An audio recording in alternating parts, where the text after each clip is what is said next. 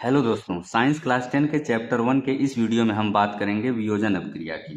तो आइए अब हम समझते हैं कि वियोजन अपक्रिया यानी कि डिकम्पोजिशन रिएक्शन होती क्या है। दोस्तों, वह अपक्रिया जिसमें एकल अभिकारक टूटकर दो या दो से अधिक उत्पाद बनाता है उसे वियोजन अपक्रिया कहते हैं।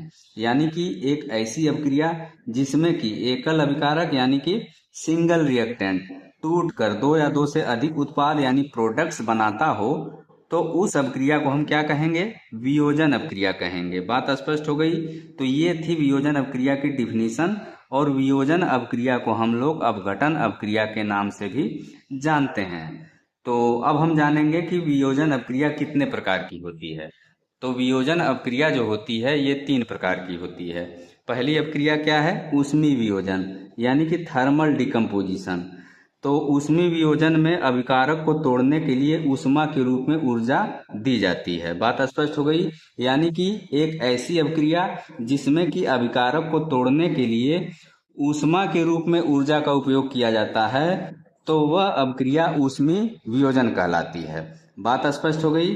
तो यहाँ पर नीचे जो है ऊष्मीय वियोजन का एक एग्जाम्पल दिया गया है, यानी ऊष्मीय वियोजन की एक अपक्रिया दी गई है।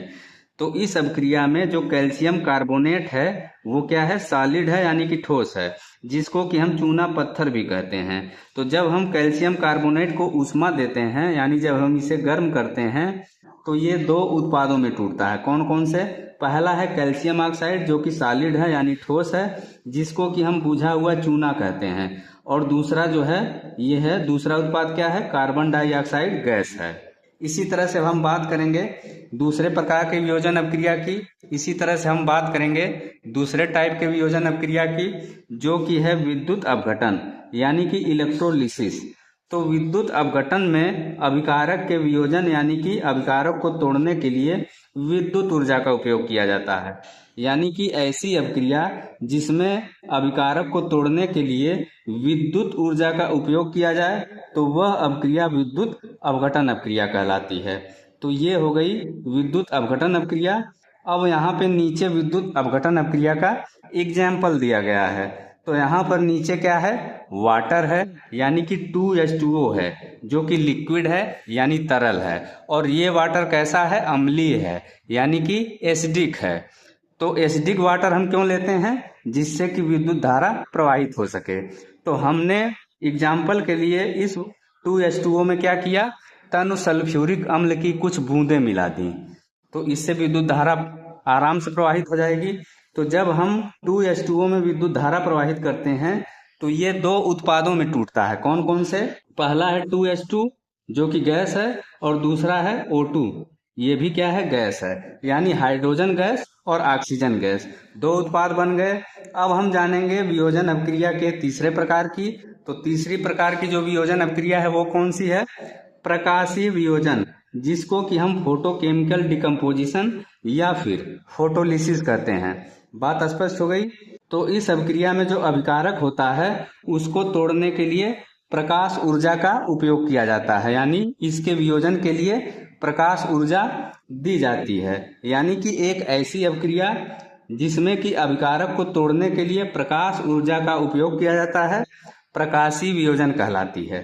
तो ये हो गया प्रकाशीय वियोजन। अब हम प्रकाशीय वियोजन अपक्रिया के एग्जाम्पल्स की बात करेंगे। तो जो पहली अपक्रिया है वो कौन सी है? सिल्वर क्लोराइड जो कि सॉलिड है। और सिल्वर क्लोराइड का रंग कैसा है? सफेद यानी कि व्हाइट है। और जब सिल्वर क्लोराइड को हम सूर्य के प्रकाश की उपस्थिति में ले जाते हैं तो ये सिल्वर मेटल में टूटता है जो कि सॉलिड यानी ठोस है, और प्लस क्लोरीन गैस में टूटता है। इसी तरह से दूसरी जो अपक्रिया है वो कौन सी है? सिल्वर ब्रोमाइड की है, जो कि सॉलिड यानी ठोस है। जब सिल्वर ब्रोमाइड को भी हम सूर्य के प्रकाश की उपस्थिति में ले जाते हैं, यानी जब इसको हम सूर्य के प्रकाश में ले जाते हैं, तो ये भी दो उत्पादों में टूटता है। कौन कौन से उत्पाद हैं? पहला है सिल्वर मेटल यानी सिल्वर धातु यानी कि चांदी की धातु, और दूसरा है ब्रोमीन गैस। तो दोस्तों, सिल्वर हैलाइड की जो रिएक्शन होती है यानी सिल्वर हैलाइड्स की जो अपक्रियाएं होती हैं, ये ब्लैक एंड व्हाइट फोटोग्राफी में यूज की जाती हैं। सिल्वर हैलाइड्स की अपक्रियाएं मतलब सिल्वर क्लोराइड और सिल्वर ब्रोमाइड। बात स्पष्ट हो गई। तो दोस्तों ये था आज का वीडियो। यदि वीडियो आपको अच्छा लगे तो वीडियो को लाइक करें, शेयर करें और इसी तरह के ढेर सारे साइंस वीडियो देखने के लिए चैनल सब्सक्राइब जरूर करें। Thanks for watching.